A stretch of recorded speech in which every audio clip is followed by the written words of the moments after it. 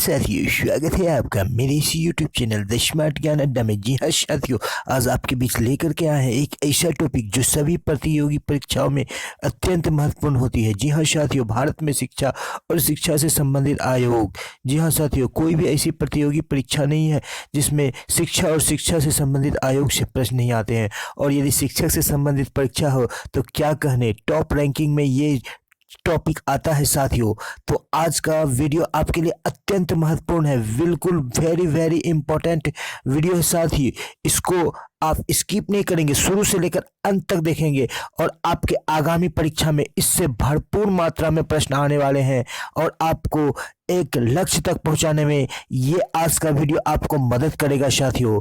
तो फिर देर किस बात की, आज की वीडियो शुरू करते हैं इस जोरदार शायरी के साथ। हर सजदा मकबूले खुदा हो जाए, हर सजदा मकबूले खुदा हो जाए, मेरे दुआओं के साथ रब की रजा हो जाए और आप इतने खुश रहे जिंदगी में कि तमाम उम्र गम आपसे खफा हो जाए। जी हाँ साथियों, चलते हैं आज के पहले स्लाइड पर, लेते हैं शिक्षा और शिक्षा से संबंधित आयोग और समितियों का पहला स्लाइड। ये रहा आपके बीच। जी हाँ साथियों, भारत में शिक्षा को लेकर होने वाले प्रयासों की कहानी का एक सिरा आजादी के पूर्व ब्रिटिश हुकूमत वाले दिनों की तरफ जाता है तो दूसरा सिरा स्वतंत्रता मिलने के बाद की कहानी से जुड़ा है। जी हाँ साथियों, जो शिक्षा की कहानी है भारत में, वो एक सिरा उसका तो आज़ादी के पूर्व की है जो ब्रिटिश हुकूमत थी हमारे देश में, और दूसरा सिरा उस समय की है जब हम आज़ाद हुए 1947 के बाद। फिर हमारे रहनुमाओं ने इस शिक्षा को लेकर के कई सारी समितियाँ और कई सारे आयोग बनाए। तो दो पहलू है शिक्षा की, नोट कर लेंगे साथियों, एक आज़ादी के पूर्व की पहली और एक आज़ादी के बाद की पहलू। तो फिर लेते हैं आज का अगला स्लाइड और देखते हैं क्या कुछ है इस शिक्षा और शिक्षा से जुड़े आयोग में। जी हाँ साथियों, वीडियो को स्किप नहीं करेंगे। वीडियो यदि पसंद आ रहा है तो चैनल को सब्सक्राइब कर दे, वीडियो को लाइक कर दे ताकि आने वाले वीडियोस की नोटिफिकेशन आपको समय मिलती रहे साथियों। जी हाँ साथियों, शिक्षा से जुड़ी विभिन्न समस्याओं पर विचार करने के लिए समय समय पर कई शिक्षा आयोग का गठन किया गया। जी हाँ साथियों, ये आजादी से पूर्व से लेकर के आज तक की कहानी है, मगर जिस आयोग ने शिक्षा से जुड़े मुद्दों पर समग्रता से विचार किया उसमें 14 जुलाई 1964 ये शिक्षा के क्षेत्र का एक महत्वपूर्ण दिन था साथियों। बने कोठारी आयोग का जिक्र होता है, कोठारी आयोग का जिक्र किया जाता है। जैसे साल 1948-49 में बनी राधा कृष्णन कमीशन, 48-49 आजादी के बाद, ने केवल उच्च शिक्षा पर विचार किया, वहीं मुदालियर कमीशन ने केवल माध्यमिक शिक्षा पर विचार किया। जी हाँ साथियों, यहाँ पर तीन कमीशन का नाम आ रहा है, कोठारी कमीशन 1964 और राधा कृष्णन कमीशन 1948-49 और मुदालियर कमीशन जो कि माध्यमिक शिक्षा पर बात किया। तो इन सारे कमीशनों के विषय में और विस्तृत जानकारी आगे की स्लाइड में हम प्राप्त करेंगे साथियों। तो वीडियो को स्किप नहीं करेंगे, शुरू से अंत तक देखेंगे। आगामी परीक्षा के लिए अत्यंत महत्वपूर्ण वीडियो है साथियों और आपको ये कामयाबी के ओर लेकर के जाएगा। जी हाँ साथियों, जैसा कि आप देख रहे हैं टॉपिक, भारत में स्वतंत्रता से पूर्व बनी शिक्षा समितियां। जी हाँ साथियों, तो भारत में स्वतंत्रता से पूर्व बनी शिक्षा समितियां सबसे पहले तो 1791 में ही ब्रिटिश सरकार ने जो कि बनारस में संस्कृत कॉलेज की स्थापना कर दी थी। संस्कृत कॉलेज की बनारस में स्थापना कर दी थी ब्रिटिश सरकार ने 1791 में। तत्पश्चात कलकत्ता विश्वविद्यालय परिषद का गठन हुआ 1818 में। कलकत्ता विश्वविद्यालय परिषद का गठन हुआ 1818 में। उसके बाद 1824 में चार्ल्स वुड समिति आया, जिसे भारत का मैग्ना कार्टा भी कहा जाता है साथियों। ये चार्ल्स वुड समिति क्या था, इसे भारतीय शिक्षा का मैग्ना कार्टा कहा जाता है। तो सर चार्ल्स वुड ने अंग्रेजी शिक्षा के प्रसार और महिलाओं की शिक्षा पर जोर दिया था।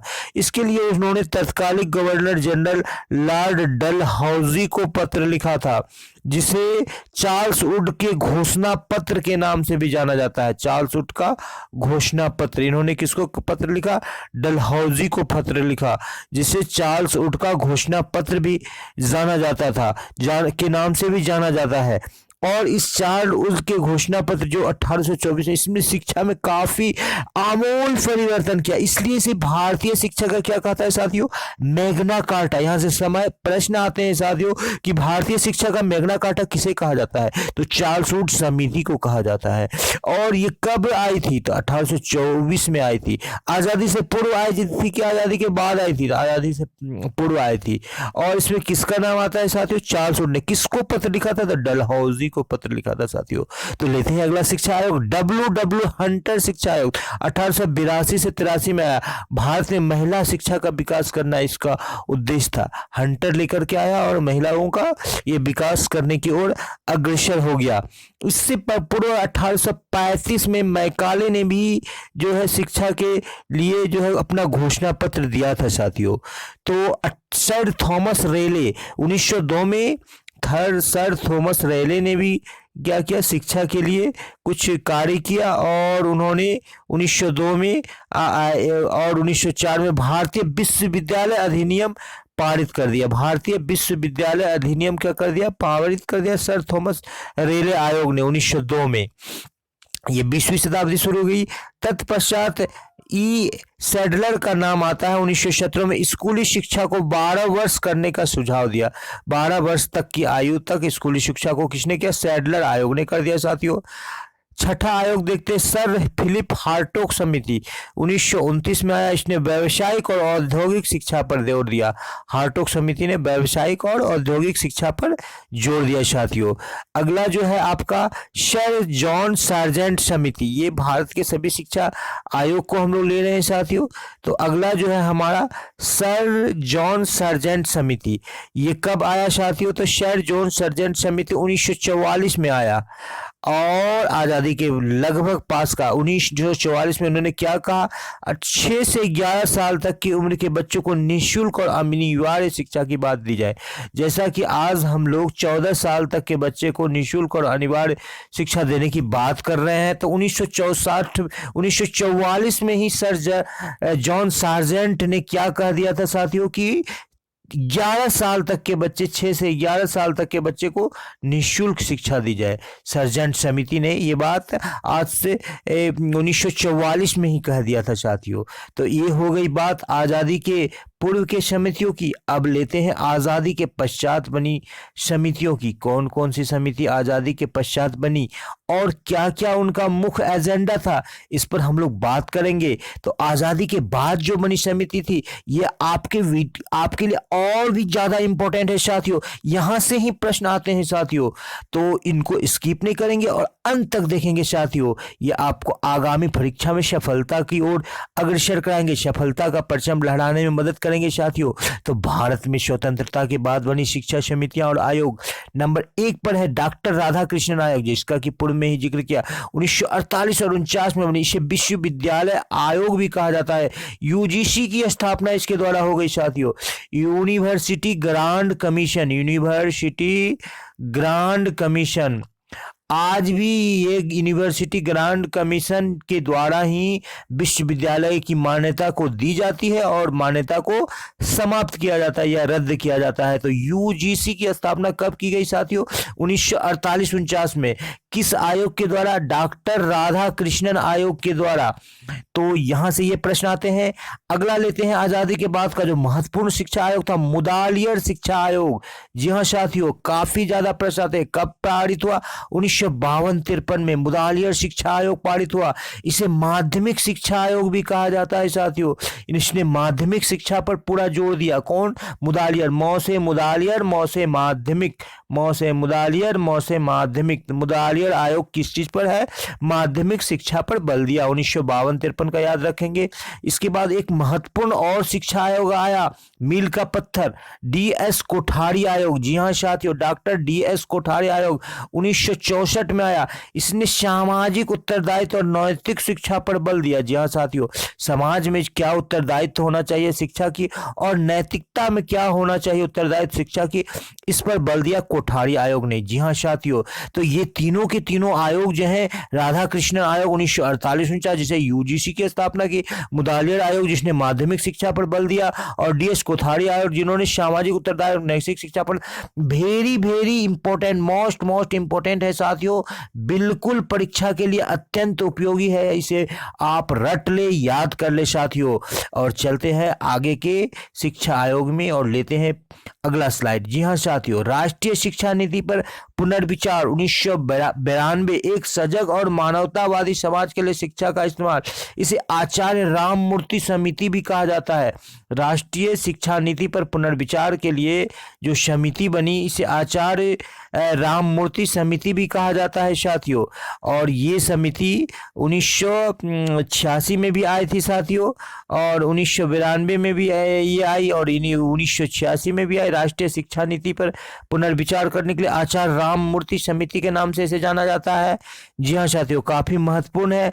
MBH समिति 1989 में जो आया, MBH समिति, जिसे दूरस्थ शिक्षा समिति के नाम से जाना जाता है। दूरस्थ शिक्षा पर इन्होंने क्या किया, अपना ये दिया, और ये 1992 का यहाँ पर डेट है, 1986 का भी आप डेट दे सकते हैं साथियों। और ये 1986 में ये आया था राष्ट्रीय शिक्षा नीति, जिस पर पुनर्विचार किया गया था आचार्य राममूर्ति समिति के द्वारा। और BH समिति 1989 में आया, दूरस्थ शिक्षा पर ये के माध्यम पर बनी पहली शिक्षा समिति। दूरस्थ शिक्षा पर बनी पहली शिक्षा समिति कौन थी? बुच समिति, MB बुच समिति 1989 में आई थी। और G राम रेड्डी समिति 1992 में दूरस्थ शिक्षा पर केंद्रीय परामर्श समिति थी। और प्रोफेसर यशपाल समिति, काफी महत्वपूर्ण, बोझ मुक्त शिक्षा की संकल्पना दिया, यानी छात्र पर को जो बस्ता का बोझ था उसे किसने हटाया? यशपाल जी ने हटाया। यशपाल समिति ने 1992 में जो दिया, उसमें ये कहा गया कि छात्रों को ज्यादा से ज्यादा पुस्तक नहीं दिया है, कार्योपयोगी शिक्षा दी जाए, यानी बोझ को घटाया जाए, बस्ते के भार को कम किया जाए। जी हाँ साथियों, तो यहाँ पर आप नोट करेंगे कि जो राष्ट्रीय शिक्षा नीति थी पुनर्विचार, ये 1986 का डेट था साथियों।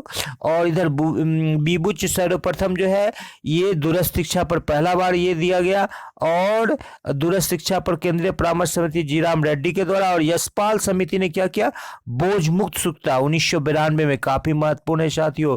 यहाँ पर यशपाल समिति और राष्ट्रीय शिक्षा नीति काफी महत्वपूर्ण है, और दूरस्थ शिक्षा के लिए बीबुच। तो आज का वीडियो काफी महत्वपूर्ण है साथियों, इसको अंत तक देखें, और ये आपको आगामी परीक्षा में बिल्कुल सफलता की मार्ग पर अग्रसर करेंगे। रामलाल पारेख समिति 1993 में आया साथियों। इन्होंने बीएड के लिए पत्राचार समिति, यानी पत्राचार द्वारा बीएड पर जोर दिया साथियों। प्रोफेसर खेरमा लिंगदो समिति 1994 में आया, पत्राचार बीएड अवधि को 14 माह कर दिया। तो कहीं ना कहीं ये रामलाल पारेख से जुटा हुआ ही है साथियों। प्रोफेसर R टकवाले समिति साल 1995 में आया, सेवारत अध्यापकों के लिए पत्राचार। टकवाले समिति के द्वारा क्या हुआ? जो सेवारत अध्यापक है, जो सर्विस में है, वो पत्राचार द्वारा किस तरह से बीएड प्राप्त करेंगे। राष्ट्रीय ज्ञान आयोग 1905 में, NCF की भी स्थापना 1905 में हुई थी साथियों। समाज की संकल्पना और प्राथमिक स्तर से अंग्रेजी माध्यम में शिक्षा को अनिवार्य करने की सिफारिश की गई ज्ञान आयोग के द्वारा 1905। राष्ट्रीय ज्ञान आयोग 1905। जी हाँ साथियों, तो लेते हैं आप आज का अगला स्लाइड। जी हाँ साथियों, जस्टिस JS वर्मा समिति, काफी महत्वपूर्ण है साथियों।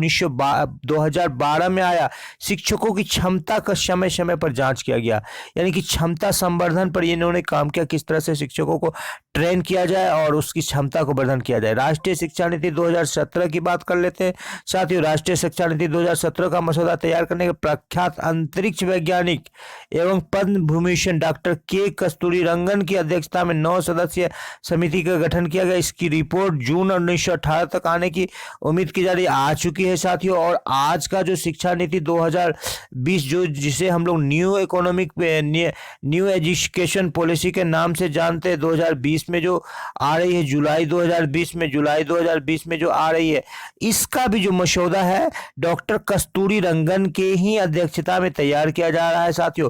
कस्तूरीरंगन समिति है, जिसके बारे में जो नई शिक्षा नीति 2020 करके वीडियो है, आप लिंक पर जा करके खोल करके देख सकते हैं। पूरा का पूरा जो है नई शिक्षा नीति 2020 पर एक वीडियो बनाया गया है साथियों द स्मार्ट ज्ञान अड्डा के द्वारा, और उस वीडियो को देख करके आप नई शिक्षा नीति 2020 एंड ईपी 2020 को 100% बिल्कुल अच्छा से जान सकते हैं। वो भी आज का एक जीता जागता ज्वलंत टॉपिक है साथियों, और वहां से भी आपको प्रश्न आते हैं क्योंकि वो करंट अफेयर्स के साथ साथ हमारे शिक्षा जगत को भी पूरी तरह से वो टच करता है और प्रभावित करने वाला है, क्योंकि 2022-23 में नई शिक्षा नीति आने वाली है साथियों। तो 2020 में जुलाई में क्या होगी, नई शिक्षा नीति लागू होगी, और जो कि 22-23 में पूरे देश में लागू हो जाएगी। इस प्रकार आज की जो इस शिक्षा आयोग से संबंधित ये हमारा वीडियो साथियों समाप्ति की ओर जा रहा है। और वीडियो यदि पसंद आया है साथियों तो वीडियो को लाइक कर दें, और चैनल पर नया आया है तो वीडियो को शेयर कर दें, और चैनल पर नए हैं साथियों तो चैनल को सब्सक्राइब कर दें। और यदि अब तक चैनल को सब्सक्राइब नहीं किया है तो साथियों चैनल को बिल्कुल सब्सक्राइब कर दें। सब्सक्रिप्शन में कोई पैसा नहीं लगता है, नीचे बेल आइकन होगा रेड कलर का साथियों, उसको दबा दें और ऑल पर प्रेस कर दें ताकि आने वाली वीडियोज की नोटिफिकेशन मिलती रहे। वीडियो को शुरू से अंत तक देखने के लिए आपका बहुत बहुत धन्यवाद। और आपके आज इसी के साथ आपसे विदा लेते हैं, फिर एक बार बहुत अच्छे संकलन के साथ आपके समक्ष हाजिर होंगे इसी उम्मीद के साथ। जय हिंद।